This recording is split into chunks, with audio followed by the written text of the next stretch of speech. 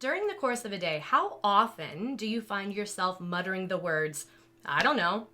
Whether it's in response to someone's question or maybe you're trying to set some goals for yourself for the year, whatever the case may be, how often do you find yourself saying, I don't know? Hey guys, thank you so much for tuning into this video. My name is Lauren Dragon Cook. I'm a spiritual teacher, energy healer, and intuition activator. For the better part of the last decade, I have been obsessed with all things metaphysical, spiritual, and energy related. And it's during this period where I've had my own awakening, I've woken up hundreds of other people, and I've been able to completely flip my life from feeling like life was just happening to me and I had no control over anything or where my destiny was taking me, to now co-creating my life with the universe and watching goals and aspirations that I had that were, really far out there and I never really thought they would come to play, are now happening in my everyday life.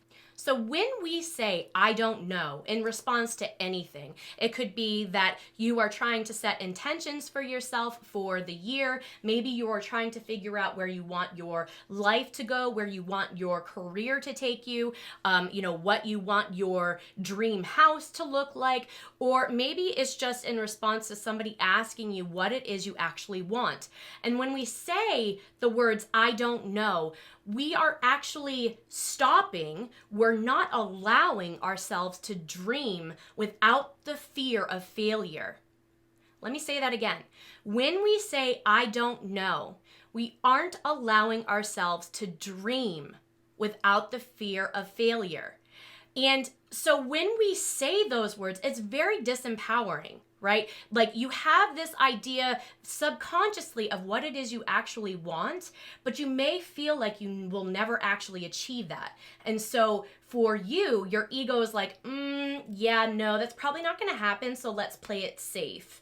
And so we need to actually release the idea of what things are supposed to look like and the illusion of needing to manifest these things tomorrow without actually reconciling our traumas, our wounds, our blocks in the today.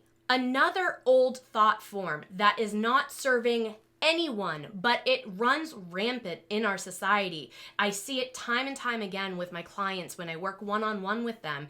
We're trying to flip the way that people think about things so that way they are setting themselves up for success in whatever it may look like for them. And we feel like we'll just bide our time until we reach this mystery place. We don't really know what it is we want, right? Or maybe we do, and we just aren't going to actually be able to recognize it when it slaps us in the face. And so what it does is when we are feeling like, I'm in between, I'm in this limbo state of where I am right now and where I want to be in, a year, 5 years, however long it may be, what it does is it creates this resentment. And that level of resentment is what often prohibits the actual thing that you want from happening, because resentment does not resonate with the high frequency that's needed for things to manifest into our reality. And so this resentment, or even the scarcity mindset, which is just another term for anxiety, right? Fear, it's just worry, right? What you need to do to begin to allow yourself to dream of the future and all of that good that you want to see come into your life is that you need to begin listening to the things and the thoughts of what it is you don't want. Okay, that's where I have all of my clients start. If you aren't quite sure where you want to go, you aren't quite sure what you want your life to look like in a few years, then without a shadow of a doubt what it is you don't want. Maybe the things that you don't want to accept anymore. Maybe it's the things that are debilitating you or even causing some of that resentment for you. And so you can start there. Write those things down. And then look at the opposite of that. What if you don't want to feel like you're chained to a desk at a 9 to 5? What is the opposite of that? Well, you could be a stay-at-home parent. You could be an entrepreneur. You could work remotely from home. Like, there are options, but that's how you would flip that.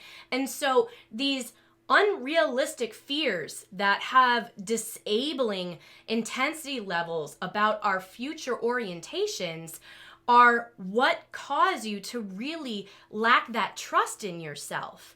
And so instead of responding to things with, I don't know, which is just a reflection of you not truly trusting that the universe is going to show up for you, trusting that you are able to make that happen, you need to understand that you get to change that perspective. You get to change it. You are not bound by your thoughts.